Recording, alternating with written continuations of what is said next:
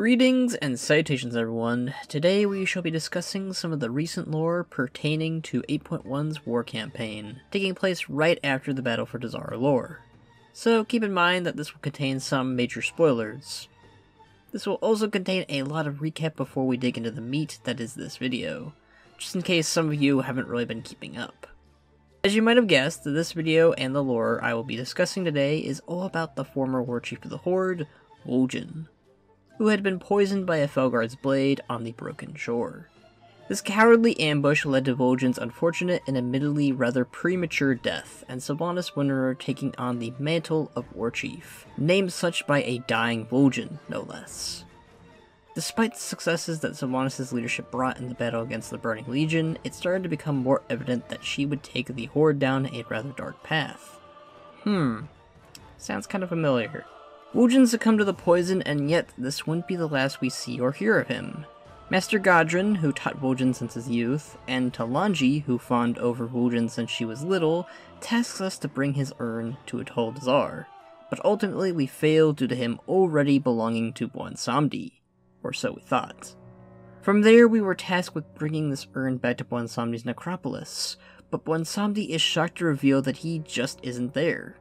As you can probably guess, this makes the Loa of Graves work up a bit of a sweat, as very few had ever escaped Bwonsamdi, and this causes him to leak the fact that he has a boss, and that this boss will not be happy about this.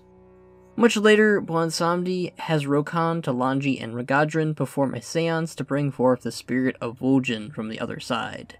He appears as a sort of golden spectre, much different than a usual ghost.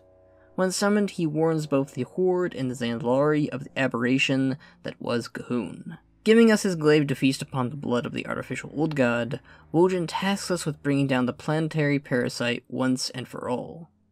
With G'huun dealt with, the legendary Shadowhunter appeared before all on top of a pyramid in Dazara lore to affirm his belief that Talanji would make an excellent leader someday for the Zandalari, and asks us to present the glaive to the people of Zandalar, to let them know the threat of G'huun is finally over. Cut to now after the defense of Battle for Dazara lore, the Alliance has successfully breached the city and slain King Rostkan, as well as destroyed the vast majority of the Zandalari fleet. Talanji is to be named Queen of the Zandalari, and Sylvanas ensures other preparations are made to ensure that the Horde can still win this war. It is through this that Sylvanas revives the body of Derek Proudmoore that the Horde champion had found weeks ago in the depths of the ocean. This enrages Bane and encourages him to seek the truth regarding Vol'jin and why any spirit or any Loa would name Sylvanas to act as their new Warchief. Vol'jin, son of Sen'jin, once Warchief of the Horde, hear my voice and appear before us. Talanji, your voice be a mighty one. Vol'jin, is it really you, my old friend? Bane, your heart beats strong and true, just like your father. I be glad the demons didn't take you. Sylvanas led us to victory in the war against the Legion.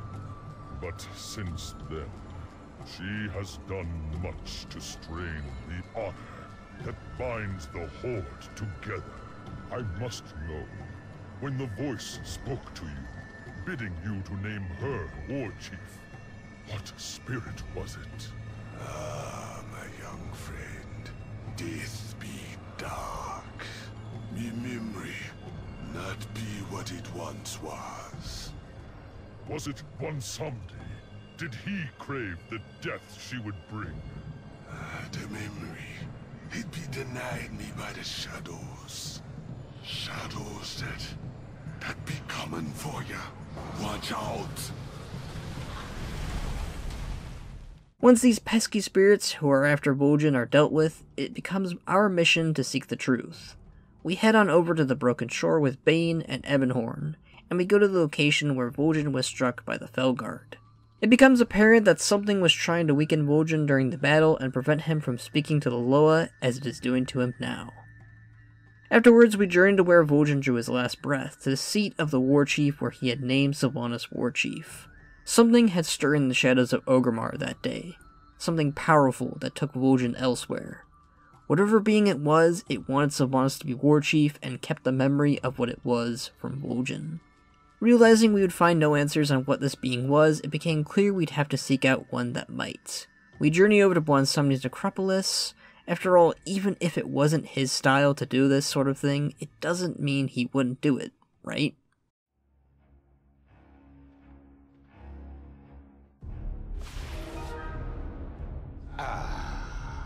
You come back.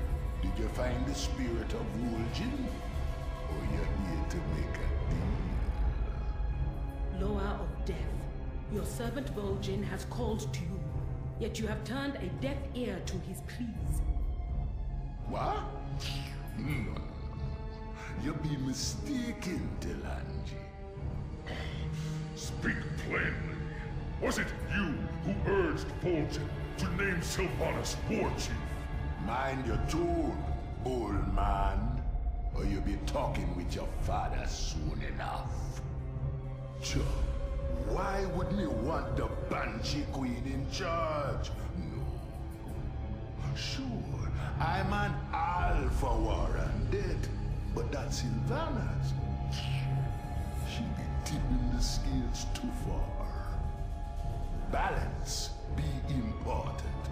Besides, that one got a nasty habit of keeping what she kills. No, your Warchief be no friend to old Bwonsamdi. Your words are trouble we do. Step forward, speaker of the Horde. Maybe there'll be a way to find the answers you seek. Bwonsamdi would never put Sylvanas on that throne, given her repertoire towards those of the dead. She breaks the balance.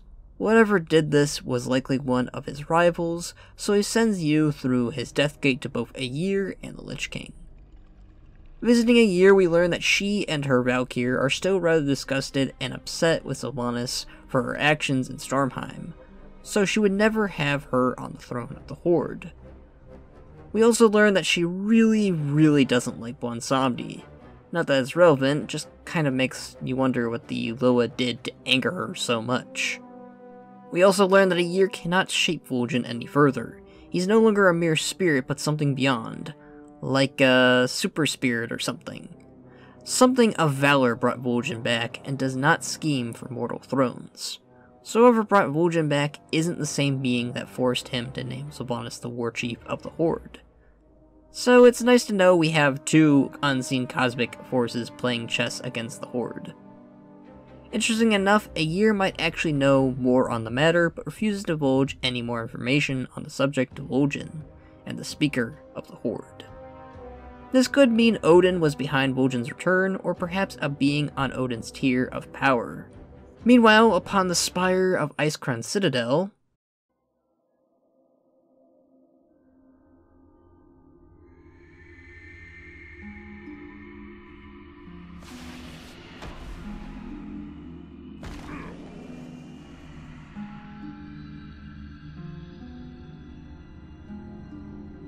Lich King, the voice I heard as I be dying, telling me to name Sylvanas Warchief. Was it yours? The Banshee Queen's schemes threaten the balance. I had no hand in them. And me spirit being trapped in this world. Is that your doing?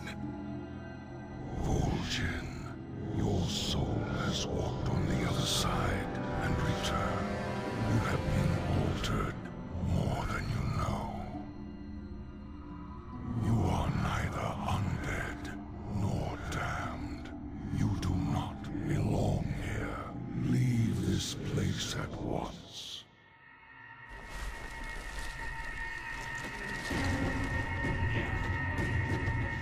I do not like the look of this. I suggest we go, quickly. Leave now, or stay forever. The choice is yours. So Bolvar did not make Sylvanas Warchief, nor did he bring on Vol'jin's return. When Vol'jin was brought onto the other side, he was altered beyond imagining. We get the classic Beauvoir Lich King charm and are told to leave or stay forever. Something tells me he doesn't have a cot set up for us or anything, so we give his offer a stay, hard pass, and leave. Still, it's interesting to note that the balance is for some reason important to the Lich King. I will admit it is pretty odd coming from him. This could be Beauvoir's influence being shown as stronger than the will of the Lich King, considering when Arthas was the Lich King, he wanted the whole world to be undead, so it could be united against any threat Azeroth might face. Or he could very well be lying to us. It's not hard to imagine he's still a little settle sore that Sylvanas flipped him the bird when she last visited him. Throne sore. Really, I think any of these guys could be trying to manipulate us or simply cannot share the full truth. Beauvoir and Aegir definitely have that feeling of, they know something more than we do. We then return to Bwonsamdi and inform him that both his rivals weren't responsible for the death and return of Vol'jin. There are other rivals out there, but most of those, to Bwonsamdi's knowledge, wouldn't have the power to do what they did to Vol'jin. An interesting fact I had noticed is they retain that Vol'jin cannot commune with any of the Loa, or in this case Bwonsamdi.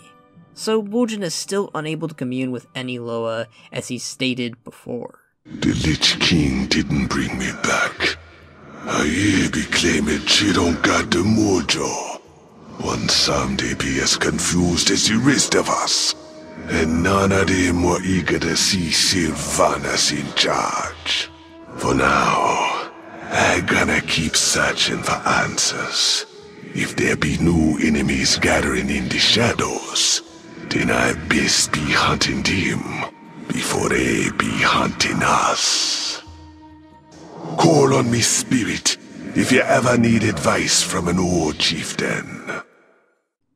Now, while we unfortunately didn't learn who did this to Vol'jin, we at least have an idea of who might and who clearly didn't. So let's state the facts that we do know. 1. The being that wanted Sylvanas in charge was something that wanted to cause further war between the Alliance and Horde. 2. There are two different entities involved, one that forced Vol'jin named Sylvanas Warchief, and the other who returned Vol'jin from the other side. 3. It was something more powerful than the Lich King, Aegir, and Bwonsamdi. 4. Aegir potentially knows more than she lets on, but refuses to tell us more. 5. The being that forced Vol'jin to act is capable of silencing the Loa. 6. The being that saved Vol'jin is an entity of valor and has no interest in scheming for mortal thrones. While this does thankfully narrow out quite a few candidates I originally had, we still do not have much to go on, sadly. But it is my belief that whoever is Bwonsamdi's boss is the same being that dragged Vol'jin to the other side, and forced him to make Sylvanas Warchief. The importance of Vol'jin to both Bwonsamdi and his boss implies that he's important. Duh. And just because Bwonsamdi doesn't like Sylvanas doesn't mean his boss does, and won't use her for their benefit. Now we also don't know the identity of Bwonsamdi's boss either, but I made a whole video on that if you would like to see it. In that video, who I guessed who might be Bwonsamdi's boss, which I advise you to check out to understand why these guys are even on here, I had Akar, Halia, N'Zoth, Zabala, and Mwizala. Now, all of these could be involved somehow, either as rivals or possibly even the entity behind this, but I do think I can at least narrow out Mwizala, Halia, and Akar for as far as I am under the belief. 1. Mwizala is a Loa not represented enough in Zandalar, and being a Loa, we know this being is beyond the power of most Loa, so I narrow him out for at least now. 2. Akar is also a Loa, and he's an extremely powerful one, who also dwells in the Shadowlands currently, but I think he's out given his past failures, though their blood moons are still highly suspicious and could be a link in all of this. 3. Halia, while clearly a being who schemes for mortal thrones, and has already shown to make deals with Sylvanas, is probably just a rival of Bwonsamdi. Again, they have many similarities, so I would consider Halia more of Bwonsamdi's equal, if anything. On that point, all of these rivals of Bwonsamdi had or have a boss. The Lich King used to be lorded over by Kil'jaeden before breaking free. Aegir has Odin, who may have theoretically have made a deal with Bwonsamdi, Mwizala, or even the boss of Bwonsamdi, so that he could delve into the Shadowlands in the first place. Halia was also ruled by Odin for a time before freeing herself with the aid of Loken. and Loken was under Yogg-Saron's influence back then.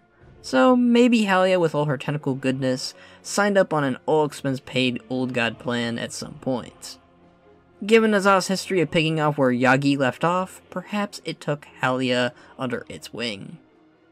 So looking at my notes here, the Lich King has been listening to the Helm of Domination for as long as it's been on his head, which is effectively forever. A year might be under oath with the deal Odin made, and Bwonsamdi has a boss without too much context as to why, or more importantly, whom.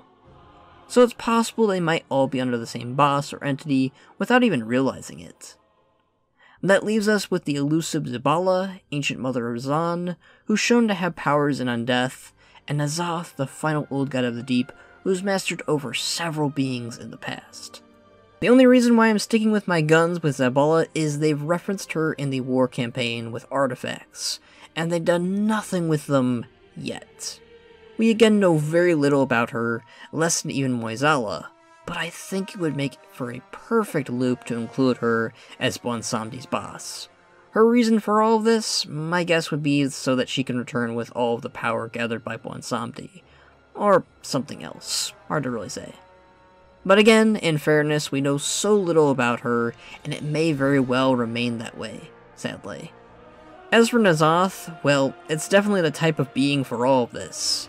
Ancient, manipulative, wants the Alliance and Horde to war with each other, loves deals just like Bwonsamdi, and considering we've seen Wild Gods and Loa be corrupted by G'huun and the Emerald Nightmare, N'Zoth is just as capable of influencing or corrupting the other Loa. The one issue I have with N'Zoth is his lack of connection to the Shadowlands, but perhaps, much like the Emerald Dream, he's breached it somehow. And I know what you're probably thinking. He's the most obvious candidate given he's probably the main antagonist of Battle for Azeroth. And it would be predictable. I do agree it would be pretty gosh darn predictable for them to do that, but I am following that trend they started within the burning of Todosil, with having the most obvious person, Sylvanas Windrunner, be the one to burn it, or at least order its burning. So I won't count N'Zoth out, though I will admit here I'd prefer it would be something or someone else. There is the whole thing about how the Void doesn't like undeath, and Sylvanas specifically, because they cannot control them, and her. However, I am under the belief they can still use them as their own advantage, especially when you want the Alliance and Horde at odds, which is exactly what Sylvanas is doing lately. Unfortunately, the being who forced Vol'jin to make Sylvanas the Warchief of the Horde remains unknown, but I imagine it's something we will find out eventually, and hopefully soon. It could be the candidates I listed, it could be something else, it could very well be a new entity altogether. But let's talk about what the other entity might be, the one that brought good old Vol'jin back to us. Again, we're given little to work with, but were I to give a guess right now, I think it was Razan, prior to his demise.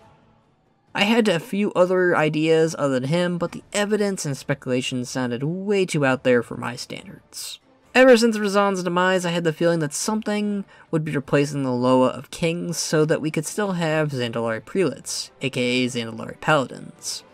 Razan was a very noble and powerful Loa, who perhaps the likes of a year actually respected. Unlike a certain other Loa we've talked about a lot here. Really, when you think about it, Odin and Razan have similarities of taking care of some kings, though of course, different races. Odin with the Vrykul, and Razan with the Zandalari. And Vol'jin counseling Talanji throughout Zandalar would also strike up a great reasoning for his new purpose, and in a lot of ways, a chieftain, as Vol'jin was, is much like a king, or at least a leader. So maybe Razan was keeping a watchful eye on the likes of Vol'jin, and chose him to be his successor when defeated by Prophet Zul. As after all, Vol'jin was worthy in the eyes of Talanji at least, to take him to Adol Dazar, which is a place for kings and queens. We still don't know what Prophet Zul exactly did to Razan, but we do know he at least ripped him from his mortal form and raised his remains as a skeletal monstrosity. Perhaps he was killed, sacrificed to G'huun, or sent to the Shadowlands. With Alola and Wild Gods in general, it's really hard to tell when they're gone for good or just gone for now. As to how this could work, perhaps Razan was able to save Vol'jin from the other side and blessed him with a portion of his power, hence the golden glow that he now carries. There is a time frame that this could work, as Vol'jin's urn remained within the Echo Isle since the start of Legion, which Razan was alive back then, to at least after Razan's supposed death in Battle for Azeroth. Or because of the ritual performed on him, which again we do not know what it carries, maybe Razan was trapped within the other side, or the Shadowlands. So he decided the only way for him to make a difference was to use the soul of Vol'jin as his proxy. If you were wondering what some of my other candidates were, it was Azeroth and Tyr, but as stated, neither of them really made much sense to me, as most of it was based off of what my fellow peers thought, and an idea I had simply come up with. Azeroth, an immensely powerful titan capable of shaping Vol'jin as her champion or something, maybe hinting at her latent abilities. Tyr for being a valorous and powerful being who's seemingly had a good connection to the light and managing to connect to Vol'jin via the Shadowlands after his initial death. Much like the being behind placing Sylvanas as Warchief, it could even be someone entirely new and unheard of. The devs want this game to keep going for years more, so we know they'll be adding lore as they go along. Unfortunately, there's just not too much to go on right now, but I thought it would be fun to poke at some conceptualized ideas that I had while they're still new. We'll definitely make another video on this when more clues show up, or if they reveal it. Tell me what you think down below. Do you think Bwonsamdi's boss is the same entity behind this conspiracy of putting Sylvanas as Warchief, or something else? Do you think Razan was the one who saved Vol'jin from his fate on the other side, or that a wizard did it? I would like to know your thoughts about this. Maybe you've got yourself a better idea on what's happening than I do. Come and join us on Discord, we would love to have you for more discussions. Maybe follow me on Twitter to hear me more often, join me on Twitch to see me play the video games. All of those are in the description down below, as well as some other things. But until next time, my friends... Dog spear never die.